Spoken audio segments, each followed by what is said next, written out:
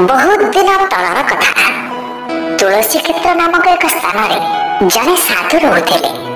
थरे साधु तांकर जड़े शिष्यों गोटे यज्ञर पूर्णाहुति देवाक जाउथिले। चाली चाली गोटे गाँ दे अतिक्रम करुथांती। ठीक सही समय आगे गोटे बिल्ली रास्ता पार कला। साधु जनक हठात सेठी रहीगले। साधु जनक रहिबार देखि शिष्यटी तार कारण पचारिला। साधु कहले आगरे गोटे बिलेई गला तेणु रहिली। शिष्यटी साधु को आउ किछि न पचारे मने मने सब कथा बुझीगला जे आगरे बिलेई गले बोधे अशुभ तेणु साधु रहीगले। सेदिन कथा कला ता परथर शिष्य आगरे जेबे भी बिलेई बाट काटे से किछि समय रही जाए तापरे पुणी ता यात्रा आरंभ करे। एपरि करिबा द्वारा आसुथिबा विपत्ति टळी जाए बोली से मने मने भावे। एक कथाटी धीरे धीरे सबुआडे व्यापीगला। रास्तारे जनक ठारू अन्य जणे देखि एमिति करिबाकु लागिले। केही केही पचारिले लोके कहନ୍ତି एही होछि अशुभ संकेत। किंतु कौन अशुभ पचारिले काहारी पाखरे उत्तर न थाए। जवाबरे कहନ୍ତି पूर्व कालରୁ ए कथा रही आसीछि तेणु याकु आमे मानुछु।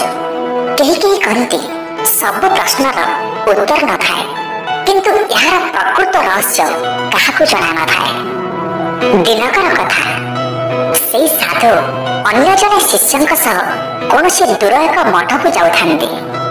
निज आश्रमरु बाहरी किछि बाट जाइछन्ति कि नाही हठात गोटे बिलेईटी तांका आगरे रास्ता अतिक्रम कला। साधु किंतु बिलेई को देखि मध्य अटकु न थांती। संगे संगे पछरु तांका शिष्य साधु को अटकाई कहिला गुरुजी आगरे गोटे बिलेई आम बाट काटिछि एठी टिके अटकी जांतु। साधु सेठी अटकी गले एवं यार कारण कोन बोली शिष्य को पचारिले।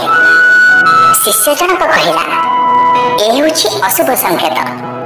साधु पुणी कहिले ए कि अशुभ सब पशु पक्षी कीट पतंग पर से तो गोटे जीव तेरे एथिरे अशुभ कौन।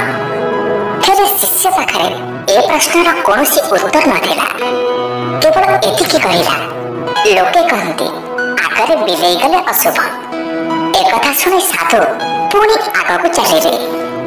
शिष्य जनक साधु को पचारिला आपने कथारे विश्वास करନ୍ତି ना नहीं। साधु कहिले मु अंधविश्वास रे विश्वास रखेना।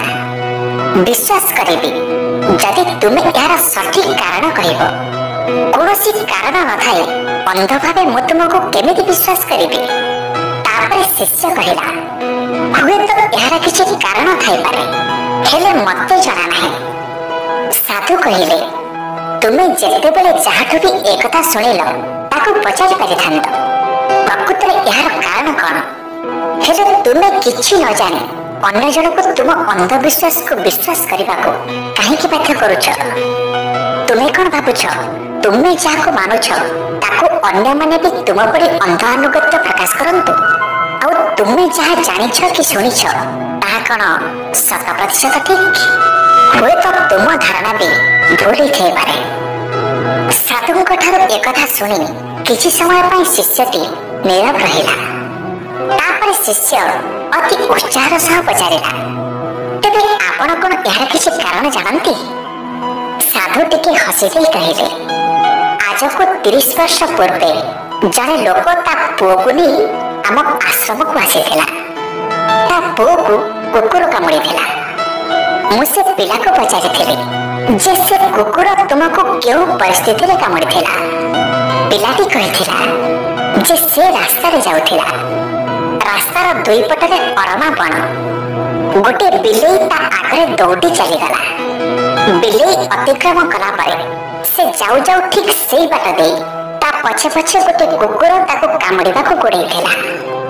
बिलेई चली जिबा परे बिलेई जगह से पिलाटी जाउथिबार कुकुरटी ता ऊपर बाड़े हेथिला एवं ताको ही कामुड़ी देथिला।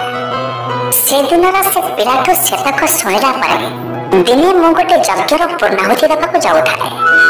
ठीक एमिति समय गोटे बिलेई मो आगरे दौड़ी चली जिबारु मु रही जाइथिली। परे परे ता पछरे गोटे कुकुरटी दौड़ुथिबार भी देखिबाक पाइथिली। हेले सह थिबा शिष्यटी किछि न बुझी मो सुंदर अर्थ को अनर्थ करी बिलेई अशुभ और बिलेई अशुभर संकेत देखाए बोली प्रकट करदेला। आ टिके रही गले से अशुभ समय कटी पुणी शुभ फल वर्षा हुए। एबे एकथा देखी मते भी आश्चर्य लगुछि जे लोकमानंकर चिंता शक्ति रे एते अवनति घटिछि जे सेमाने कोनोसी कथा को विचार करे ठीक भूल पारिबाको असमर्थ। सुपहरा मेंढांक परि गोटिए पर गोटिए पानी को डेउछन्ति सत हेले काहाको तार कारण जना नाही। जे जाए आम भितर भय अछि, लोभ अछि, दृढ़ आत्मविश्वासर अभाव अछि, से जाए संसार रे अंधविश्वास को नहीं खोलुथिबा दोकानींकर अभाव हेब नाही।